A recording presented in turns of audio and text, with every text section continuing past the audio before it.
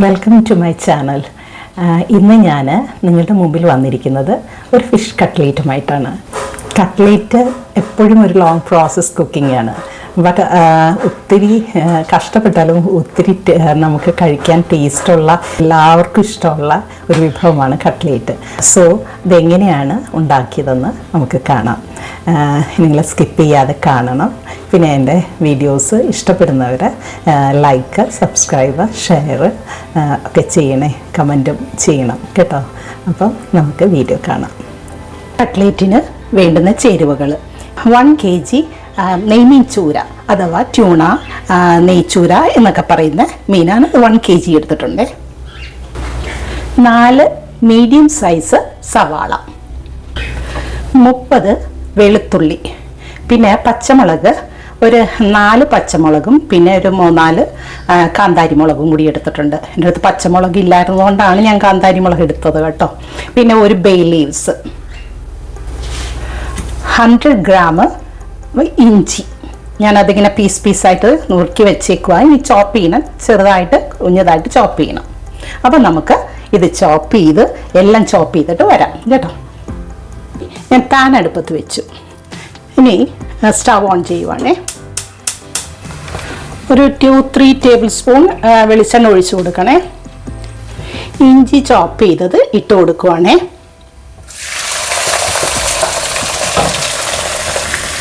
അതിൻ്റെ കൂടെ വെളുത്തുള്ളിയും പച്ചമുളകും ചെറുതായിട്ട് അരിഞ്ഞത്.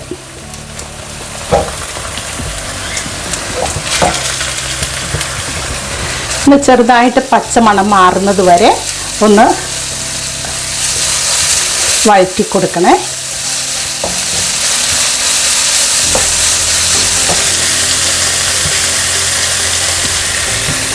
ഒരു മിനിറ്റ് ഒന്ന് വഴറ്റിയാൽ മതി കേട്ടോ, ആ ഒരു ചെറിയ പച്ചമണം മാറുന്നത് വരെ. അത് കഴിഞ്ഞിട്ട് നമുക്ക് സവാള ചോപ്പ് ചെയ്തത് ഇട്ട് കൊടുക്കാം. നമ്മൾ ഇഞ്ചിയൊക്കെ കട്ട്ലേറ്റിന് ഇഞ്ചി ഒത്തിരി വേണം, അതുകൊണ്ടാണ് ഇഞ്ചി കൂടുതൽ 100 ഗ്രാമൊക്കെ എടുത്തത് കേട്ടോ. കാരണം ഇഞ്ചി, കുരുമുളക് ഇതൊക്കെ കട്ട്ലേറ്റിന് നന്നായിട്ടുണ്ടെങ്കിൽ നല്ല ടേസ്റ്റ് ആയിരിക്കും. സവാള ഇട്ട് കൊടുക്കുവാണേ.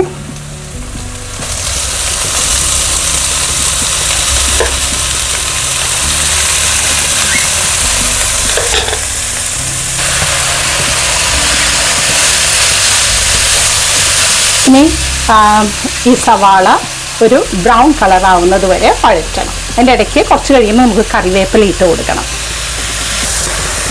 സവാള വഴലുന്നത് ശരിക്കും ഒരു വെയിറ്റിംഗ് ആണ് കേട്ടോ. അത് ഒരു ബ്രൗൺ കളറാവുന്നത് വരെ നമ്മൾ കുറച്ച് നേരം ഇങ്ങനെ ഇട്ട് വഴറ്റിക്കൊണ്ടേയിരിക്കണം. കാരണം ഈ സവാള നന്നായിട്ട് വഴഞ്ഞില്ലെങ്കിൽ കട്ട്ലേറ്റിനിങ്ങനെ ടേസ്റ്റ് കുറയും. അപ്പം അതുകൊണ്ട് നമ്മൾ സവാള കടിക്കരുതെന്നാണ് പറയുന്നത്. അതാണ് കട്ട്ലേറ്റിൻ്റെ ടേസ്റ്റ്. എൻ്റെ അമ്മയൊക്കെ എന്നെ പഠിപ്പിച്ച് തന്നേക്കുന്നതാണ് കേട്ടോ അത്. എനിക്ക് കല്യാണത്തിന് മുമ്പേ ആകെ അറിയാവുന്ന 2 ഡിഷസ്സല്ല ഉണ്ടാക്കാൻ അറിയാവുന്ന 2 കാര്യം ഉണ്ടായിരുന്നത്. ഒന്ന് കട്ട്ലേറ്റും ഒന്ന് ബേക്കിംഗ് കേക്ക് ഉണ്ടാക്കാനും. ഇത് രണ്ടും ഞാൻ എൻ്റെ അമ്മയുടെ കയ്യിൽ നിന്ന് പഠിച്ചിരുന്നു. ഇതും കൊണ്ടാണ് ഞാൻ കല്യാണം കഴിച്ച് എൻ്റെ ഹസ്ബൻഡിൻ്റെ അടുത്തോട്ട് പോയത്. നിങ്ങളൊന്ന് ആലോചിച്ച് നോക്കി എൻ്റെ അവസ്ഥ. കുറച്ച് വെളിച്ചെണ്ണയും കൂടി ഞാൻ ഒഴിച്ചു കൊടുക്കുന്നുണ്ട്. 1 ടേബിൾ സ്പൂണും കൂടി ഞാൻ ഒഴിച്ചു കൊടുത്തു. ഞാൻ കുറച്ച് കറിവേപ്പില ഇട്ട് കൊടുക്കുകയാണേ. ഞാൻ ബേ ലീവ്സും ഇതിൻ്റെ കൂടെ ഇട്ടിട്ടുണ്ട് കേട്ടോ. ഇന്നത്തെ പിള്ളേർക്ക് യൂട്യൂബിൽ കണ്ട് നിങ്ങൾക്കെല്ലാം ചെയ്യുന്നത്. ഞങ്ങളുടെ കാലത്തൊന്നും യൂട്യൂബൊന്നും ഇല്ലാഞ്ഞതുകൊണ്ട് അമ്മമാരോട് ചോദിക്കും, അത് പരീക്ഷിക്കുക, ഹസ്ബൻഡ് ടേസ്റ്റ് ചെയ്യുക, പരീക്ഷിക്കുക. ചിലപ്പം ഫ്ലോപ്പായി പോകും, അങ്ങനെയൊക്കെയായിരുന്നു. പക്ഷെ ഇപ്പം എല്ലാവർക്കും എന്തൊരു എളുപ്പമാണ്. അപ്പം അതുകൊണ്ട് നിങ്ങളിതൊക്കെ കണ്ട് പഠിച്ച് ഇതൊക്കെ ചെയ്യണം കേട്ടോ. 1 ടേബിൾ സ്പൂൺ കുരുമുളക് പൊടി, 1 ടേബിൾ സ്പൂൺ മസാലപ്പൊടി. നന്നായിട്ട് ഇളക്കി കഴിഞ്ഞിട്ട് നമുക്ക് മീൻ ഇട്ട് കൊടുക്കാം. മീൻ ഞാൻ വേവിച്ച് അത് ഉടച്ചെല്ലാം വെച്ചേക്കുവാണ്. അപ്പോൾ 1 kg ഉണ്ട്. എനിക്കിന്ന് ഗസ്റ്റ് ഉണ്ട്, അതുകൊണ്ടാണ് ഈ 1 kg ഒക്കെ ഉണ്ടാക്കുന്നത് കേട്ടോ. ഒരു 1/2 ടീസ്പൂൺ ഞാൻ ഉപ്പിട്ട് കൊടുക്കുന്നുണ്ട്. അത് കഴിഞ്ഞിട്ട് നമുക്ക് ലാസ്റ്റ് പിന്നെ നോക്കാം, കാരണം മീൻ ഉപ്പിട്ടിട്ടാണ് വേവിച്ചത്. അപ്പോൾ അതുകൊണ്ടാണ് ഇപ്പം ഞാൻ കുറച്ച് ഉപ്പ് ഇടുന്നുള്ളൂ. നമ്മൾ ഉരുളക്കിഴങ്ങ് ഇട്ട് കഴിയുമ്പോൾ ഉപ്പ് പോരാതെ വരും. അപ്പം നമുക്ക് നോക്കിയിട്ട് ഉപ്പ് വേണമെങ്കിൽ ഇട്ട് കൊടുക്കാം. ഫിഷ് ഇട്ട് കൊടുക്കുവാണേ.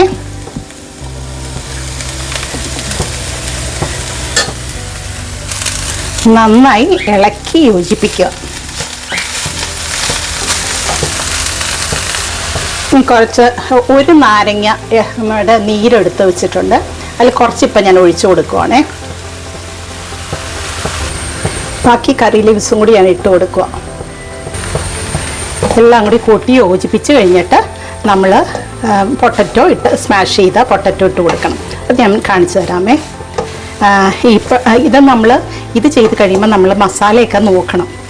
ഉപ്പ്, മസാല, കുരുമുളക് ഒക്കെ പാകത്തിനുണ്ടോ എന്ന് നോക്കണം.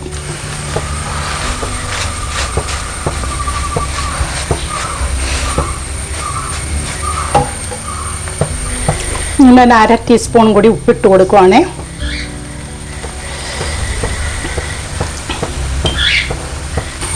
കുരുമുളക് എനിക്ക് പോരാന്ന് തോന്നി, അതുകൊണ്ട് ഞാനൊരു 1/2 ടേബിൾ സ്പൂൺ കൂടി ഇട്ട് കൊടുക്കുക.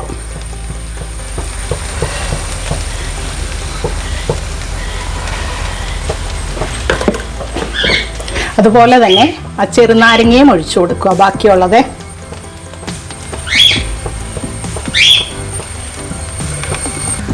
അര ടീസ്പൂൺ ഗരം മസാലയും കൂടി ഇട്ട് കൊടുക്കും.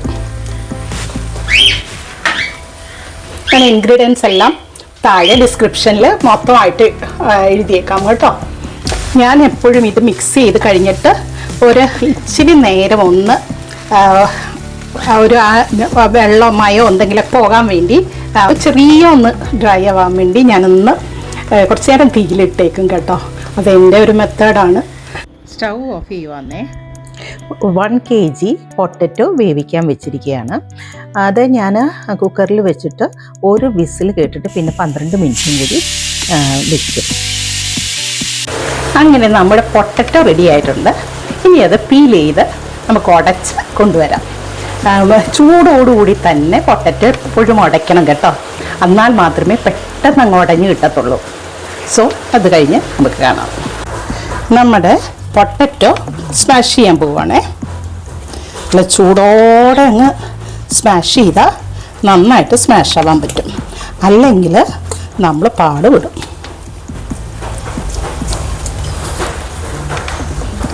നല്ല മെഴുക് പോലെ ഞാനിത് സ്മാഷ് ചെയ്ത് വെച്ചിട്ടുണ്ട് കേട്ടോ. ഇനി നമുക്ക് നമ്മുടെ കട്ട്ലേറ്റിലോട്ട് അത് ഇട്ട് കൊടുക്കാം.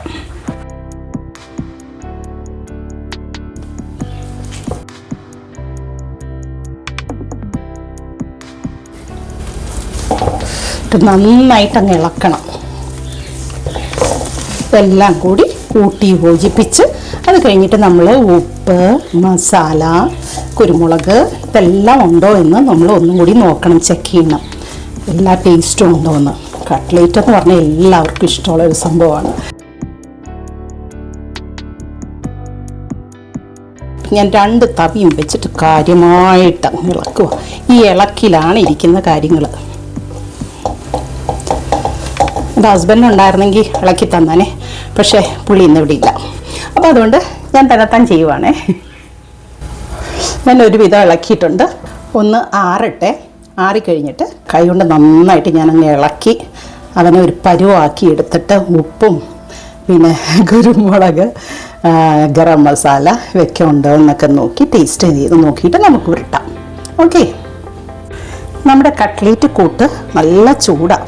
അപ്പോൾ അതുകൊണ്ട് ആ സമയം കൊണ്ട് ഞാൻ ഈ മുട്ട ബീറ്റ് ചെയ്യുന്ന ഒരു നുള്ള് ഉപ്പിട്ടോ, ഒരു നുള്ള് മതിയേ, അങ്ങ് ബീറ്റ് ചെയ്യുക. ഓക്കെ, കാണാമോ നിങ്ങൾക്ക്? നമ്മുടെ മുട്ട ബീറ്റ് ചെയ്ത് വെച്ചു. ബ്രെഡ് ക്രംസ് എടുത്ത് വെച്ചിട്ടുണ്ട് കണ്ടോ. ഇനി ഇതിൻ്റെ കൂടെ ഞാൻ ഒരു സാധനം കൂടി എടുക്കുന്നുണ്ട്, മൈദ. ഈ സംഭവം എനിക്കറിയത്തില്ലായിരുന്നു കേട്ടോ. ഞാനൊരു ഷെഫിൻ്റെ കണ്ടു പഠിച്ചതാണ്. ഈ മൈദ കോട്ടിങ് ഉണ്ടെങ്കിൽ ഇപ്പം കട്ട്ലേറ്റ് പൊട്ടത്തില്ല എന്ന്. ചില സമയത്തൊക്കെ എൻ്റെ കട്ട്ലേറ്റ് പൊട്ടാറുണ്ട്. അപ്പം ഞാൻ അതിൻ്റെ ഒരു റെമഡി എന്താണെന്ന് എനിക്ക് അറിയില്ലായിരുന്നു. അപ്പം ഈ മൈദ കോട്ടിങ് ഒരു ഡബിൾ കോട്ടിങ് വരും. ഇതറിയാത്തവർക്ക് വേണ്ടി ഞാനത് പറഞ്ഞു തരുന്നു. നല്ല ചൂടുണ്ട്. ഞാൻ കൈകൊണ്ട് ഇളക്കാമെന്നൊക്കെ വിചാരിച്ച് നോക്കിയിട്ട് രക്ഷയില്ല. അതുകൊണ്ട് പിന്നെയും ഞാൻ എൻ്റെ കൈ മുകളിൽ പോവാതിരിക്കാൻ വേണ്ടി ഞാൻ പിന്നെയും എന്തുവാ നമ്മുടെ തടിത്തവി. Fish 1 kg, potato 1 kg. അപ്പോൾ ഇതെല്ലാം കൂടി സ്മാഷ് ചെയ്ത് വെച്ചിട്ടുണ്ട്. ഞാൻ ടേസ്റ്റ് നോക്കി. ഇപ്പം തന്നെ ഞാൻ തിന്ന് നോക്കിയിട്ട് നല്ല ടേസ്റ്റ്. അപ്പം ഇനി ഇത് പൊരിച്ച് കഴിയുമ്പോൾ ഉള്ള അവസ്ഥ എന്തായിരിക്കും? അപ്പോൾ നമ്മുടെ കൂട്ട് നല്ല സൂപ്പറായിട്ട് ഞാൻ ഇളക്കി എല്ലാം നന്നായിട്ട് വെച്ചിട്ടുണ്ട്. ഞാനൊരു 1/2 ടീസ്പൂൺ മസാലപ്പൊടിയും ഒരു 3/4 ടീസ്പൂൺ പെപ്പർ പൗഡറും ഇട്ടിട്ടുണ്ട്. അതും കൂടി കൂട്ടി ഇളക്കി നല്ല സൂപ്പറാക്കി വെച്ചിട്ടുണ്ട്. ഇനി നമുക്ക് ഇഷ്ടമുള്ള ഷേപ്പിൽ, സോറി കേട്ടോ, ടേസ്റ്റ് നോക്കിയതിൻ്റെ ഇഷ്ടമുള്ള ഷേപ്പിൽ നമുക്കിത് ഉരുട്ടി നമുക്ക് എടുത്ത് വയ്ക്കാം.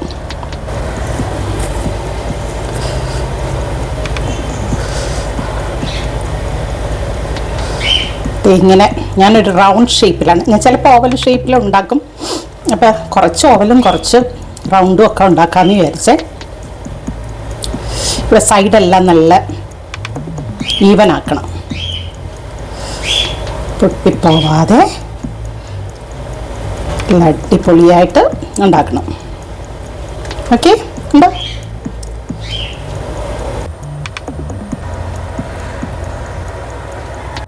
അങ്ങനെ നമ്മുടെ കട്ട്ലേറ്റ് എല്ലാം ഉരുട്ടി കഴിഞ്ഞു.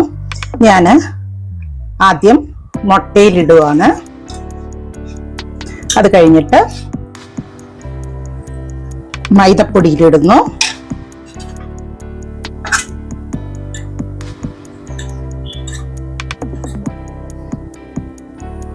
ഗെയിം മുട്ടയിലിടുന്നു. അത് കഴിഞ്ഞിട്ട് ബ്രെഡ് ക്രംസിലോട്ട് ഇടുന്നു.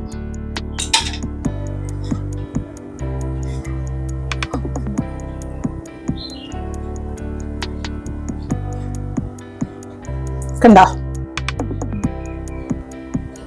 അടുത്തതും മുട്ടയിലിടുന്നു. മൈദപ്പൊടിയിലിടുന്നു. നല്ലൊരു പണിയാട്ടോ, പക്ഷേ ഇതിൻ്റെ ടേസ്റ്റ് അതൊരു രക്ഷയില്ല. കട്ട്ലേറ്റ് എല്ലാവർക്കും പ്രിയപ്പെട്ട സാധനമാണ്. നമ്മൾ ബേക്കറിയിൽ നിന്നെല്ലാം വാങ്ങിച്ച് പഫ്സ്, കട്ട്ലേറ്റ്, സമോസ ഇതൊക്കെ നമ്മുടെ ഫേവറേറ്റ് സംഭവമല്ലേ. അങ്ങനെ നമുക്കെല്ലാം ഇതുപോലെ ചെയ്ത് എല്ലാം കഴിഞ്ഞിട്ടാണ് നമ്മൾ ഫ്രൈ ചെയ്യാൻ തുടങ്ങുന്നത് കേട്ടോ. നമുക്കിത് ഫ്രീസറിൽ സ്റ്റോർ ചെയ്ത് വെക്കാം. അപ്പോൾ നമുക്ക് ഗസ്റ്റൊക്കെ വരുമ്പോൾ നമുക്കും പിള്ളേർക്കും ഒക്കെ കൊടുക്കാൻ വേണ്ടി ഇത് ഫ്രീസ് ചെയ്ത് വെക്കാം.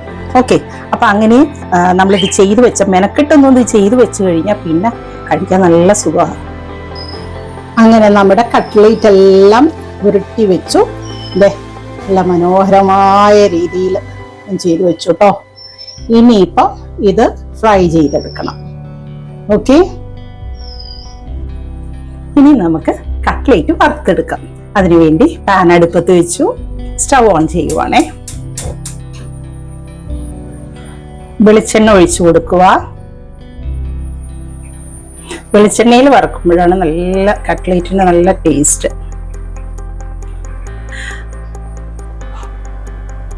വെളിച്ചെണ്ണ നന്നായിട്ട് ചൂടാവണം. ഒരു മീഡിയം തീയിൽ വേണം കട്ട്ലേറ്റ് വറക്കാൻ. വെളിച്ചെണ്ണ നന്നായി ചൂടായേ ഞാൻ തീ അങ്ങ് കുറയ്ക്കുവാണേ.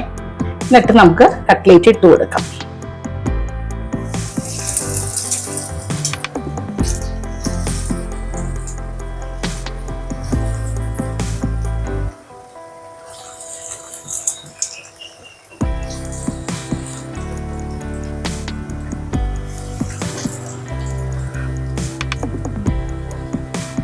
ഞാൻ തീ ഇനി ഒരു മീഡിയത്തിലേക്ക് ആക്കുവാണേ.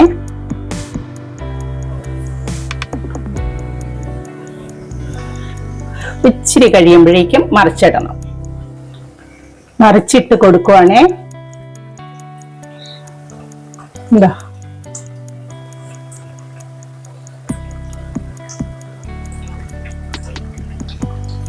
ഞാൻ ഭംഗിയാന്ന് നോക്ക്.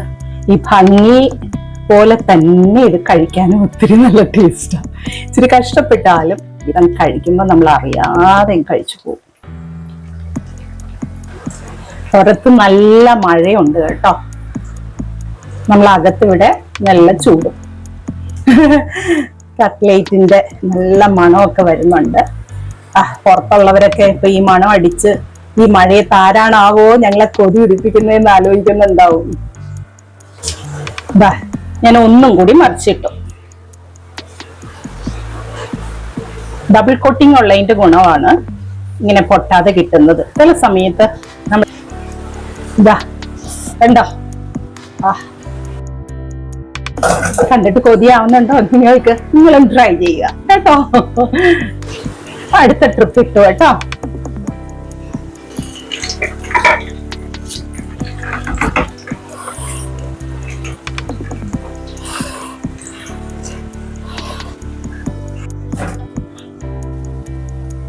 അങ്ങനെ നമ്മുടെ കട്ട്ലേറ്റ് റെഡി ആയിട്ടുണ്ട് കേട്ടോ. സോ നമുക്ക് കട്ട്ലേറ്റ് ടേസ്റ്റ് ചെയ്ത് നോക്കാം. എനിക്ക് സോസിൻ്റെ കൂടെ കഴിക്കുന്നതാണ് ഇഷ്ടം. ചിലർക്ക് സവാള വിനാഗിരി എല്ലാം ഉപയോഗിച്ച് കഴിക്കുന്നതാണ് ഇഷ്ടം. സോ എങ്ങനെയുണ്ടെന്ന് ഞാൻ നോക്കട്ടെ കേട്ടോ.